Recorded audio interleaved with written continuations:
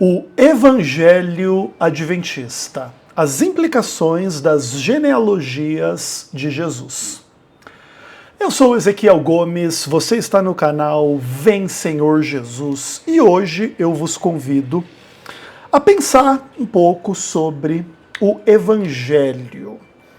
E eu vou começar uma série falando um pouco do Evangelho e relutei em colocar o título da minha série de O Evangelho Adventista, mas no final eu acho que essa é uma boa escolha, porque ela é provocativa sob certo aspecto, e por outro eu acho que falta um pouco conteúdo sobre o Evangelho da perspectiva adventista, uma vez que existe essa acusação muito comum entre cristãos, especialmente protestantes, mas também católicos e etc., de que o adventismo ensina um falso evangelho em função de inúmeras questões que a gente vai poder conversar aqui durante essa série.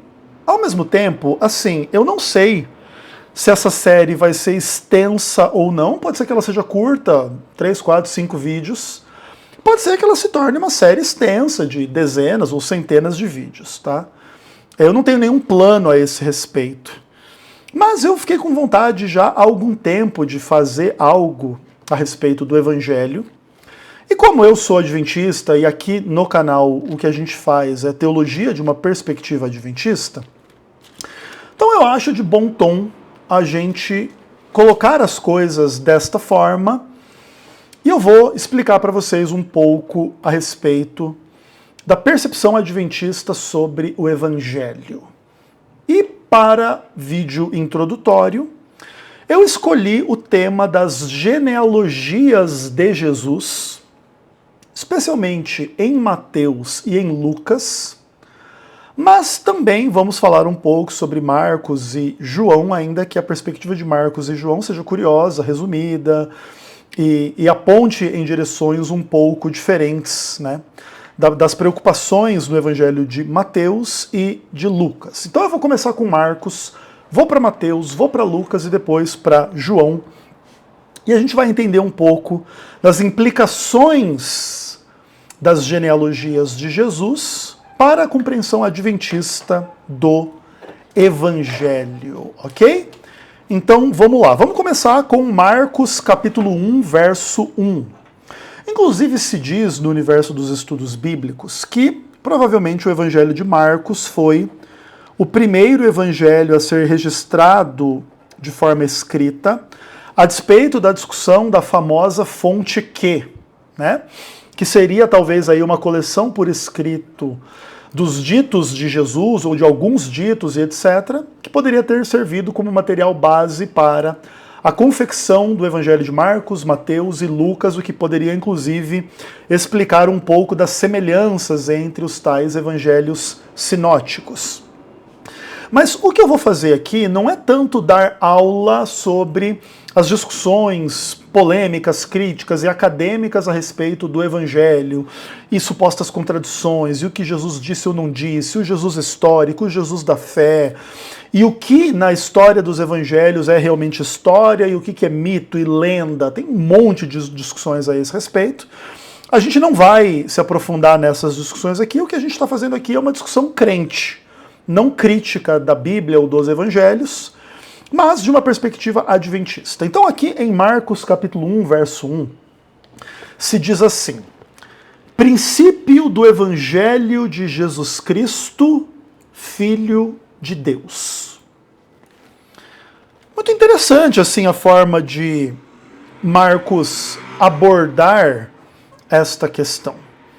Marcos não explica por que Jesus Cristo é Filho de Deus, talvez inclusive tudo aquilo que se segue no Evangelho seja para explicar esse ponto, mas ele simplesmente faz uma afirmação enigmática, curiosa, de implicações políticas muito mais pesadas e profundas do que a maioria dos leitores modernos entende. A ideia de um filho de Deus, um filho dos deuses, era muito comum na sociedade em que o evangelho é produzido. E esse título, em ampla medida, é o título do imperador romano, de César. Enfim, como o Filho de Deus, aquele que é escolhido pelos deuses para governar o mundo e governar Roma, e etc. É bastante interessante. Inclusive, a própria ideia de que Jesus Cristo é o Filho de Deus, a despeito de evocar relações místicas entre o homem Jesus e a divindade, e como que é isso, como que não é isso, acima de tudo, existe um statement político e uma afirmação de implicações políticas a respeito de Jesus Cristo, inclusive na própria ideia do Evangelho, né? A boa notícia. Quando o imperador romano mandava pessoas para uma região do Império Romano, para inclusive anunciar que ele, o imperador, iria visitar aquela região, estava demandando dos seus súditos XYZ postura em função disso, o que acontecia era um evangelho pregado de que o Filho de Deus visitaria aquela região, que inclusive é a ideia de que César, o imperador romano, iria até aquela referida região realizar uma inauguração de uma obra, participar de um evento público, realizar alguma coisa, e se esperava que a região se preparasse adequadamente para receber o Filho de Deus, César, e é uma boa notícia que César iria visitar a referida região. Muito interessante, inclusive na perspectiva de que o Evangelho de Marcos é um evangelho escrito por Marcos, mas, de certa forma, narrado por Pedro, né, porque Pedro, analfabeto, não sabia escrever, e Marcos teria sido o copista, ou enfim, né, o amanuense de Pedro para escrever o Evangelho. E se diz que o Evangelho de Marcos tem uma audiência inicialmente romana. Inclusive, quando se compara Marcos com Mateus, se diz que o Evangelho de Marcos ele é mais direto ao ponto, ele é mais cheio de ação e etc. e tal, enquanto o Evangelho de Mateus é mais teológico e mais complexo para uma audiência mais judaica, né? É um pouco difícil a gente realmente dizer se essas teorias a respeito das autorias dos evangelhos e do público-alvo inicial dos evangelhos são realmente a realidade dos fatos, mas essas teorias fazem sentido e também não são heréticas, vamos dizer assim. Então, existe um pouco desta ideia, e fica aqui, essa é a brevíssima genealogia de Jesus no Evangelho de Marcos. Jesus Cristo, Filho de Deus. Mas quando a gente vai para o Evangelho de Mateus, a gente tem ali no capítulo 1, do verso 1 até o verso 17, uma genealogia de Jesus que já é bem mais extensa, bem mais complexa e que chama a nossa atenção de forma bem interessante. Então eu vou ler para vocês aqui os 17 versos da genealogia em Mateus capítulo 1, que diz assim: Livro da genealogia de Jesus Cristo, filho de Davi. Engraçado, assim, já esse começo sendo assim, genealogia de Jesus Cristo, filho de Davi, porque depois Davi vai ser mencionado de novo nessa genealogia, como realmente fazendo parte, assim, da genealogia de Jesus, mas é engraçado essa ênfase em Davi, né? Inclusive, alguns pensam que entre os judeus havia a perspectiva ou a ideia de que haveria dois Messias, né? Um filho de Davi e um filho de José. E talvez aqui Mateus estaria se colocando na tradição judaica que entendia Jesus como o Messias filho de Davi, não de José, né? Mas também essas questões são complexas nas discussões sobre o messianismo judaico, inclusive que vão ser importantes para a própria noção da negação de alguns judeus de que Jesus é o verdadeiro Messias, e Jesus seria um falso mestre, e etc., na visão de alguns judeus, e isso é tudo bastante interessante. Mas na visão cristã do Evangelho de Mateus, Jesus é filho de Davi, e aí ele fala, Jesus filho de Davi, filho de Abraão, filho de Isaac, filho de Jacó, filho de Judá. Jesus é o leão da tribo de Judá.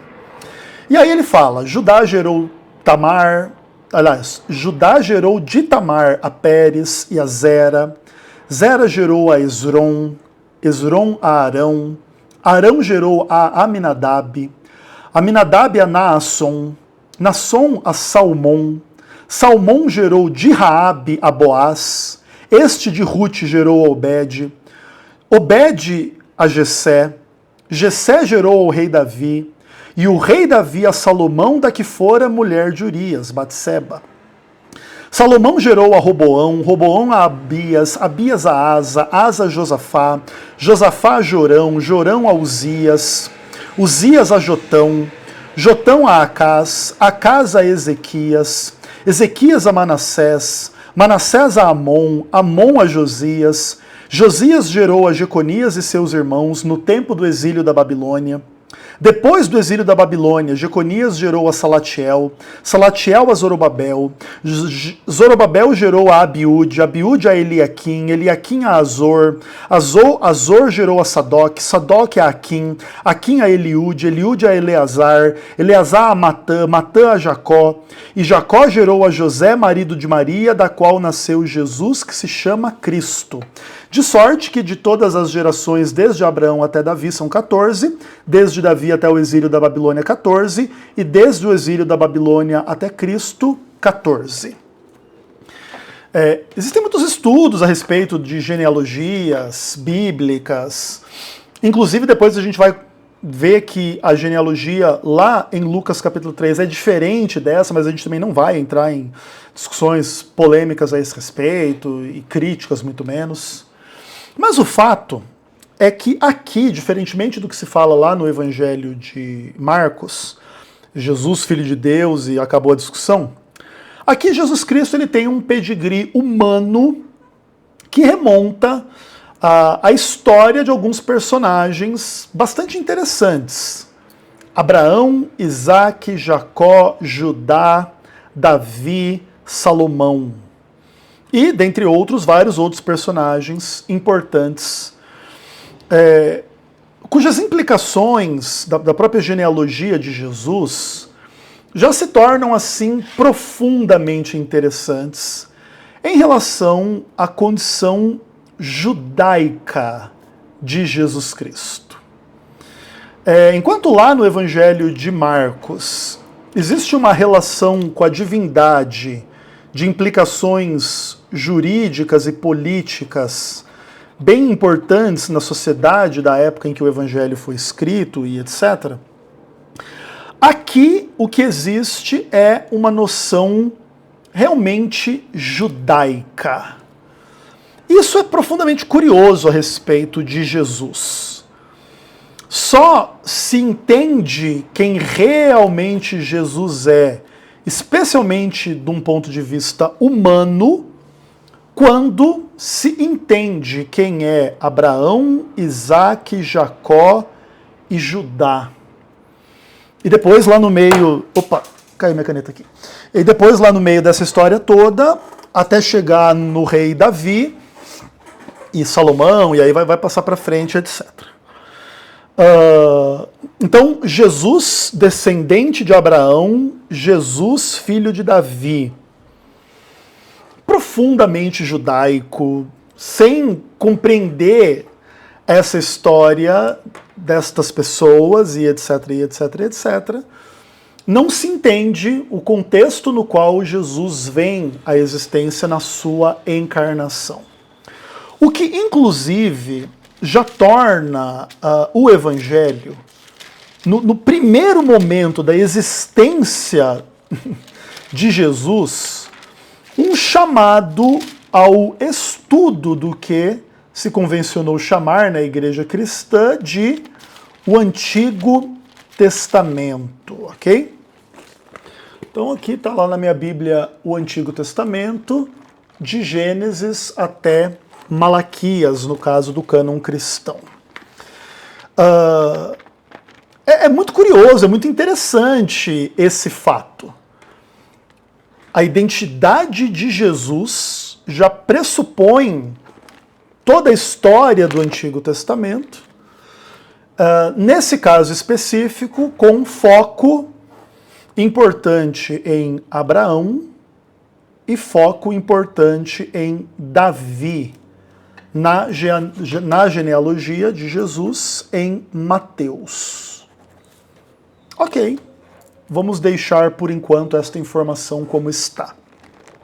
E aí vamos lá para Lucas capítulo 3, que é a genealogia de Jesus na versão lucana.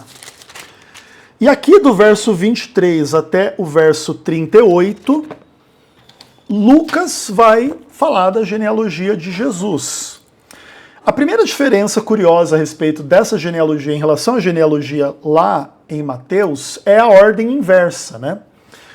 Mateus começa com Abraão e vai até Jesus. Lucas começa com Jesus e vai regredindo até Adão. Então vamos ler para que essas questões fiquem claras para vocês. Aí ele diz assim, Lucas capítulo 3, a partir do verso 23. Ora, Jesus tinha cerca de 30 anos ao começar seu ministério.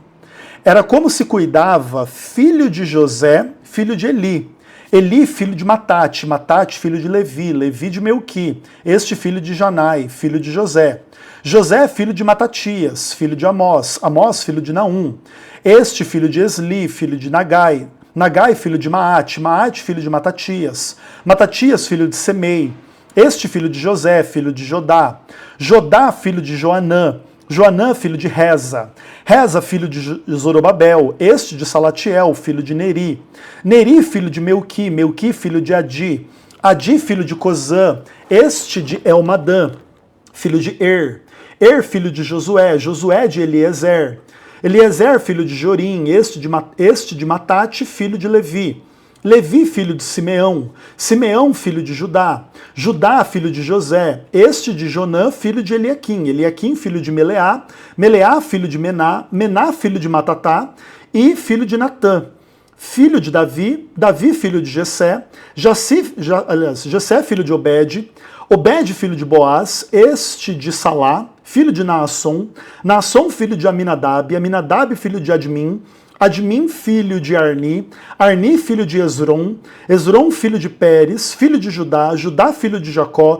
Jacó, filho de Isaac, Isaac, filho de Abraão, este filho de Tera, filho de Naor, Naor, filho de Serug, Serug, filho de Ragaú, Ragaú, filho de Faleque, este filho de Eber, filho de Salá, Salá, filho de Cainã, Cainã, filho de Arfaxade, Arfaxade, filho de Sem, este filho de Noé, filho de Lameque, Lameque, filho de Matusalém, Matusalém, filho de Enoque, Enoque, filho de Jared, este filho de Maalael, filho de Cainã, Cainã, filho de Enos, Enos, filho de Sete, e este filho de Adão, filho de Deus.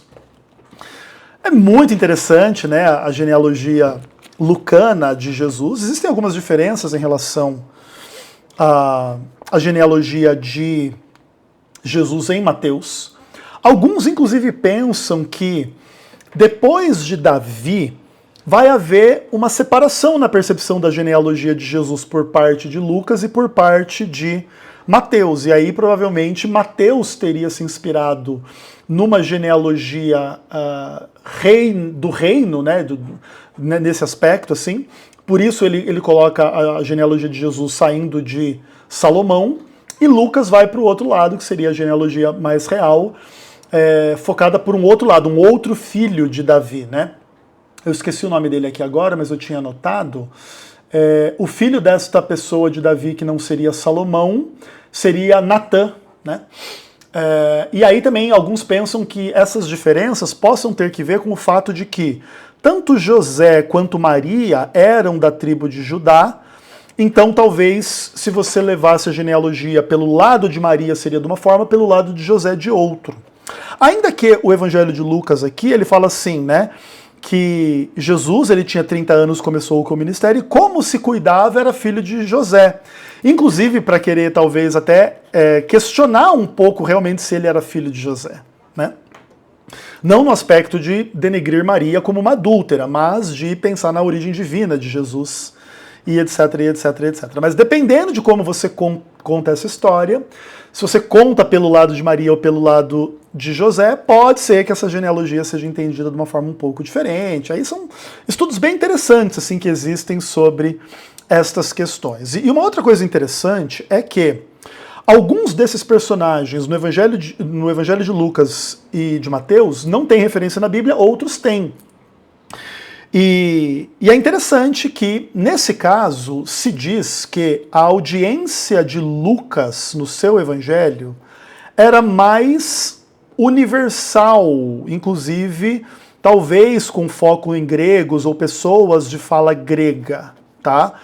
Então, por exemplo, o evangelho de Marcos teria uma audiência primária mais romana, o evangelho de Mateus mais judaica e o evangelho de Lucas mais grega ou mais universal. E aí, Lucas não se contenta em remontar a genealogia de Jesus a Abraão, como faz Mateus, mas ele retoma a genealogia até Adão, filho de Deus, para inclusive demonstrar que Jesus ele não tem uma conexão meramente com o povo judeu, que vai ser formado no chamado de Abraão, na vida de Isaac, em Jacó e depois as tribos de Israel, né? Do qual Jesus vai ser descendente da tribo de Judá. Lucas não se contenta com isso. Lucas retoma a genealogia de Jesus até o primeiro homem, Adão, para falar de Jesus como não meramente um judeu, mas o homem universal.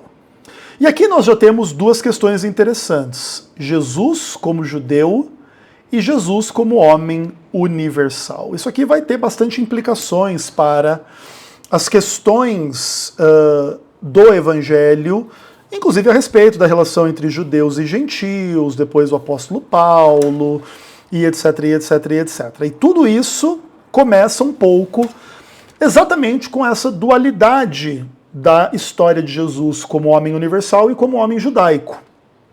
E também, por outro lado, a sua identidade como Deus, que está lá em João capítulo 1. Vamos dar uma olhadinha lá. E essa é uma percepção um pouco diferente da percepção de Marcos, Evangelho de Jesus Cristo, Filho de Deus. João não apresenta uma genealogia, nesse aspecto ele é mais parecido com Marcos do que com Lucas e Mateus, mas ele fala assim: no princípio era o verbo estava com Deus e o verbo era Deus. Ele estava no princípio com Deus, todas as coisas foram feitas por intermédio dele, e sem ele nada do que foi feito se fez. A vida estava nele, e a vida era a luz dos homens. E aí no verso 14 diz: e o verbo se fez carne e habitou entre nós. Então, um pouco diferentemente do Evangelho de Marcos, João, ele fala de Jesus mais no aspecto realmente da origem divina e eterna desta pessoa, que estava com Deus e era Deus, e aí já existe um pouco o start daquilo que vai se tornar na história cristã, as implicações que vão conduzir à ideia da doutrina da Trindade. Tá? Existe muita polêmica sobre a doutrina da Trindade, a gente não precisa entrar nessas questões ainda que isso vai surgir no estudo do Evangelho e na percepção adventista do Evangelho, que inclusive é curiosa nesse aspecto, né, porque o adventismo tem influências antitrinitarianas no seu início, e depois vai superar essas influências antitrinitarianas, ainda que alguns grupos dentro do adventismo que tem uma mentalidade mais católica, de que existe uma tradição adventista que deve ser seguida. Então os pioneiros adventistas antitrinitarianos, eles tinham uma fé que não deve ser abandonada por quem é adventista, que é exatamente uma mentalidade católica, né? E etc. E o pessoal com uma mentalidade mais protestante e que vai mais um pouco na Bíblia do que na tradição, se torna trinitariano dentro do adventismo em função de algumas questões que a gente vai poder avançar e explicar um pouco melhor aqui, ainda que a gente também tenha, né, duas playlists aqui de 8 vídeos cada sobre a doutrina adventista da Trindade, né? Você pode dar uma olhada aí se você quiser nas playlists do canal, tá? Bem interessante. Ok, beleza. Mas agora que a gente já deu uma olhada geral nas genealogias de Jesus, nos 4 evangelhos, a gente começa a entender um pouco que tudo isso tem algumas implicações muito importantes e muito interessantes. A primeira delas é a questão da divindade de Cristo e desta identificação dele com Deus. Isso não é tão absolutamente claro no Evangelho de Marcos. Por exemplo, o romano não cria que César era Deus encarnado na mesma forma como o cristão pensa que Jesus é Deus encarnado. Ainda que pudesse se usar esse tipo de linguagem. Mas isso era muito mais uma linguagem... apesar de que é difícil para mim dizer isso, na verdade. Talvez eu tenha falado uma coisa equivocada. Talvez o romano realmente cresce que César fosse Deus encarnado. Entretanto, Roma lidava com certos aspectos de pluralidade, de divindade. Inclusive eles, às vezes quando conquistavam povos, acrescentavam esses deuses ao seu panteão. Então a ideia de César como Deus encarnado é diferente nesse aspecto de Cristo como Deus encarnado, porque César seria um Deus entre outros deuses e Jesus o único Deus verdadeiro encarnado. Talvez essa é a melhor forma de colocar essa questão. Então o que acontece? Essa implicação da divindade de Jesus, inclusive com a implicação dele ser a encarnação do único Deus, do Deus dos judeus e etc., é uma questão de implicações absolutamente gigantescas para a compreensão da identidade de Jesus e da teologia e etc. Ou seja, Jesus, ele não é um Deus qualquer, nem é um Deus entre outros deuses, mas ele é um com aquele que é o único Deus, o Deus verdadeiro, o Deus que criou Adão e o Deus de Abraão, Isaque e Jacó. E aqui nós temos as implicações absolutamente radicais da identidade de Jesus Cristo no que eu vou chamar aqui de Evangelho Adventista, ok?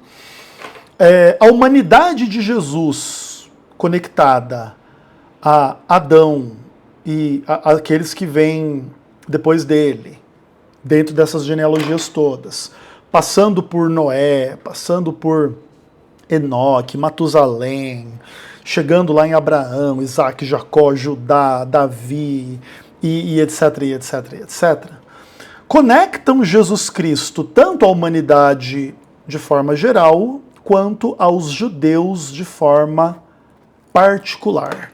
E especialmente a ideia da divindade de Jesus o conecta ao Deus de Israel. A história da teologia cristã é muito curiosa em alguns aspectos, especialmente diante das influências gnósticas e marcionitas e etc. que existiram. Marcião, né, era um dos hereges que tinha um pouco essa ideia, e que faziam essa distinção entre o Deus do Antigo Testamento e o Deus do Novo Testamento, que é uma coisa que chama a atenção de muitas pessoas até hoje. Por exemplo, o fato de que o Antigo Testamento contém muitas guerras e muitas instruções divinas a respeito de vai lá e mata e destrói esse povo e toma o lugar e não sei o que, e etc. E essas coisas não existirem no Novo Testamento, passa para alguns a impressão de que o Novo Testamento é mais limpinho, enquanto o Antigo Testamento é mais complexo, no mínimo, assim, se não até mesmo maligno, né?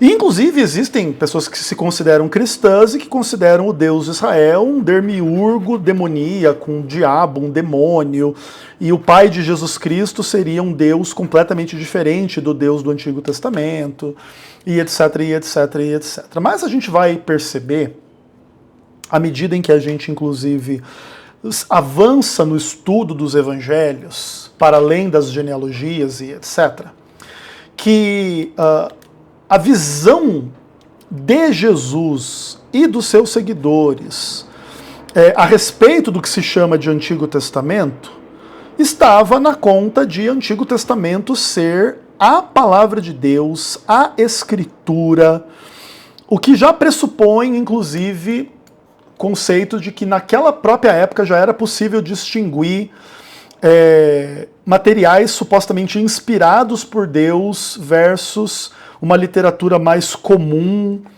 apócrifa, pseudoepígrafa, ou o que usa um pouco essas tradições também para avançar as suas agendas sociais, políticas, religiosas, etc., mas que não tem o mesmo status disso que é a escritura, que supostamente foi dito por Deus. E todas as questões em torno de Moisés, né, que também vai ser bastante importante no Evangelho, e etc, e etc, e etc. Jesus vai falar que se você não crê em Moisés, você nem pode crer nas palavras dele, Jesus. Vamos pegar o texto lá, eu nem tinha separado, mas eu vou colocar assim, olha. Se não credes em Moisés, como crereis nas minhas palavras? Acho que está em João 7, eu não lembro bem certinho. João 5, 46. Vamos dar uma olhada lá. É bem interessante esse tipo de conexão, assim, né? Que já vai explicar muita coisa sobre a visão adventista do Evangelho. Então, aqui, João 5, verso 46. Porque se de fato cresceis em Moisés, também creríeis em mim, porquanto ele escreveu a meu respeito. Se, porém, não credes nos seus escritos, como crereis nas minhas palavras? Então, pessoas que supõem que Moisés é um herege, no qual não se deve crer, porque agora estamos na graça e não na lei, em função de leituras assim bem idiotas e superficiais que existem entre alguns cristãos, antinomistas, evangélicos, etc. E nem todo evangélico é antinomista, tá? Só para dizer. É uma absoluta piada do ponto de vista do que Jesus mesmo ensina, né? Se você crê em Moisés, ou se você cresce em Moisés, você creria nele. E se você não crê nele, você não pode crer em Jesus, né? Porque Moisés escreveu a respeito de Jesus. E aí, quando você vai para ver o que Moisés escreveu, você vai retomar exatamente as questões da genealogia de Jesus. Porque Moisés vai começar dizendo, no princípio criou Deus os céus e a terra, e lembra que Jesus tem a identidade atrelada a esse Deus, e a história daquelas pessoas todas que estão na genealogia de Jesus estão presentes aqui nos escritos de Moisés desde Gênesis. Então, Gênesis vai falar de Adão, vai falar de Sete, vai falar de Enoque, vai falar de Matusalém, vai falar de Noé, vai falar de toda a galera até Abraão, Isaac, Jacó, Judá e Davi, etc., até Jesus, né? E se você não crê nestas coisas, como que você vai crer em Jesus? O que, inclusive, já pressupõe que crer no Novo Testamento é impossível se você não crê no Antigo Testamento. Isso não quer dizer que não há diferenças entre o Antigo e o Novo Testamento. Há, e a gente pode trabalhar essas questões, inclusive nessa série, em vídeos para frente.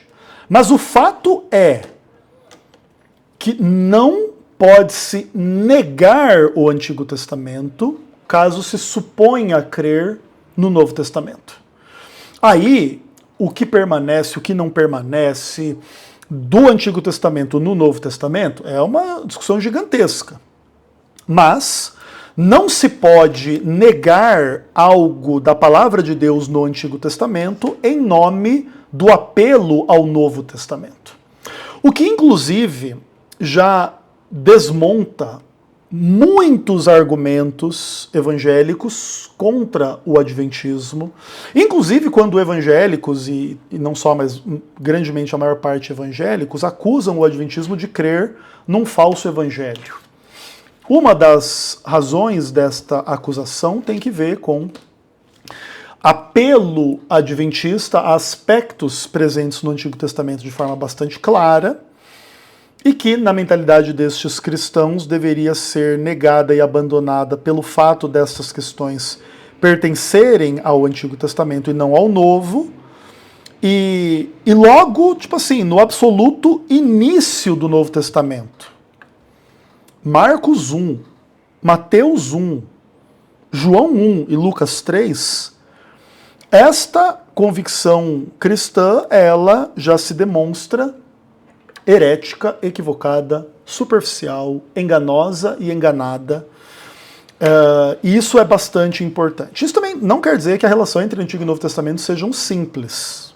Há aspectos complexos e que são ilustrados na relação entre Cristo ou os discípulos com saduceus, fariseus, o sinédrio, alguns aspectos da revelação divina nas discussões sobre Paulo em relação à circuncisão, e aí existem discussões a respeito de sensibilidades judaicas quanto ao que comer ou não, com quem comer ou não. Existem algumas discussões que podem ter implicações a respeito de questões sobre a guarda do sábado, etc, etc. E tudo isso a gente vai trabalhar assim muito calmamente e tranquilamente. Seja como for, a genealogia de Jesus já demonstra para nós a condição de Jesus como Deus, como homem universal e como judeu, de maneira a unir aquilo que muitos cristãos separam. E muitos cristãos separam o Deus do Antigo Testamento do Deus do Novo Testamento, mas as genealogias de Jesus unem uma coisa e outra. Muitos cristãos afirmam a superação absoluta das sensibilidades judaicas em nome de Jesus ser um homem universal, mas se esquecem que Jesus também era um homem judeu. Por isso Jesus une essas duas perspectivas. Inclusive é por isso que Paulo vai dizer que na cruz Jesus une, né, faz dos dois povos um só povo, sendo ele mesmo o homem universal e o judeu. E o judeu de verdade, né, Israel de verdade. Inclusive que cumpre, né, as imagens do servo sofredor em Isaías 53 e muitos outros aspectos das profecias de Isaías a respeito de Israel, servo do Senhor. E Jesus é o servo do Senhor, Israel por excelência. E etc. e tal. E ainda que a sua relação com Abraão preceda a existência do próprio Abraão. Jesus vai falar, antes que Abraão existisse, eu sou. Demonstrando, inclusive, a superioridade de Jesus em relação a Abraão, prioridade de Jesus em relação a Abraão, e esse escopo da identidade de Jesus como um homem universal, e não unicamente judeu. Mas o fato dele ser Deus e homem universal não nega a sua condição como judeu. O que, inclusive, implica a valorização de Jesus na teoria e na prática em relação às questões do Antigo Testamento. Ok? E o Evangelho Adventista está construído sobre estes fundamentos. O fundamento da identidade de Jesus como Deus, como homem universal e como judeu, cuja história só pode ser compreendida do ponto de vista do apelo à história que foi ensinada no Antigo Testamento. Porque mesmo a condição de Jesus como homem universal, cuja genealogia remonta a Adão, também conduz à afirmação do Antigo Testamento, pois nem toda a crença universal da humanidade remonta a Adão. Inclusive, é a história universal contada da perspectiva judaica que faz de Adão o primeiro homem. Outras tradições religiosas ou filosóficas ou científicas podem ter no primeiro homem uma narrativa e uma história diferente da história bíblica de Adão e Eva.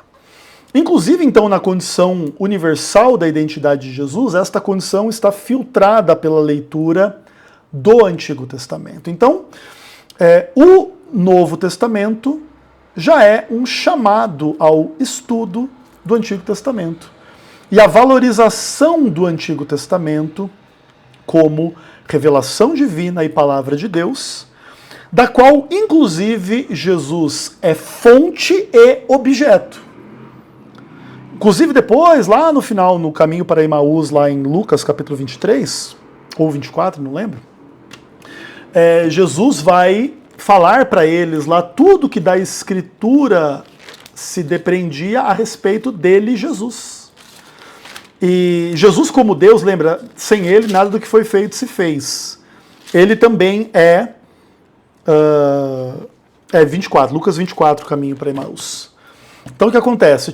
Jesus como Deus, ele também é a fonte da Escritura.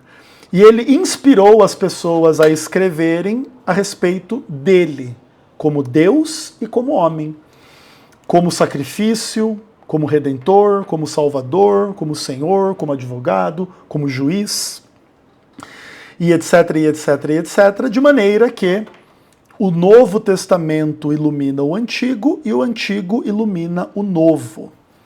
A relação entre Antigo e Novo Testamento deveria ser vista muito mais como positiva e esclarecedora do que como negativa e confusa.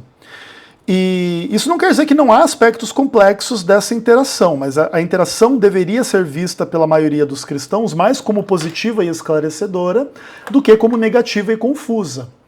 E se a maioria dos cristãos tem uma visão de que o Antigo Testamento e o Novo Testamento são confusos, ou são antagônicos, ou são contraditórios e etc., é porque essa pessoa não tem uma verdadeira educação sobre o Evangelho. E o Adventismo não tem esta mesma dificuldade, porque o Adventismo tem uma boa compreensão daquilo que de fato é o Evangelho, cujas implicações conduzem à ideia de uma profunda harmonia entre Antigo e Novo Testamento, ainda que se possa entender que existem algumas tensões e algumas complexidades que devem ser entendidas, mas não devem ser exageradas, que não devem ser trabalhadas ao ponto de implicar real antagonismo e contradição entre uma coisa e outra, porque isso conduz a basicamente quase todas as heresias que existem no mundo cristão, católico, evangélico, espírita, que tem que ver, inclusive, com uma leitura fantasiosa do Novo Testamento, desassociada e divorciada do Novo Testamento, do Antigo Testamento. Ok? Então acho que tá bom aqui como introdução a respeito do Evangelho Adventista, e até o próximo vídeo, se Deus quiser. Um abraço.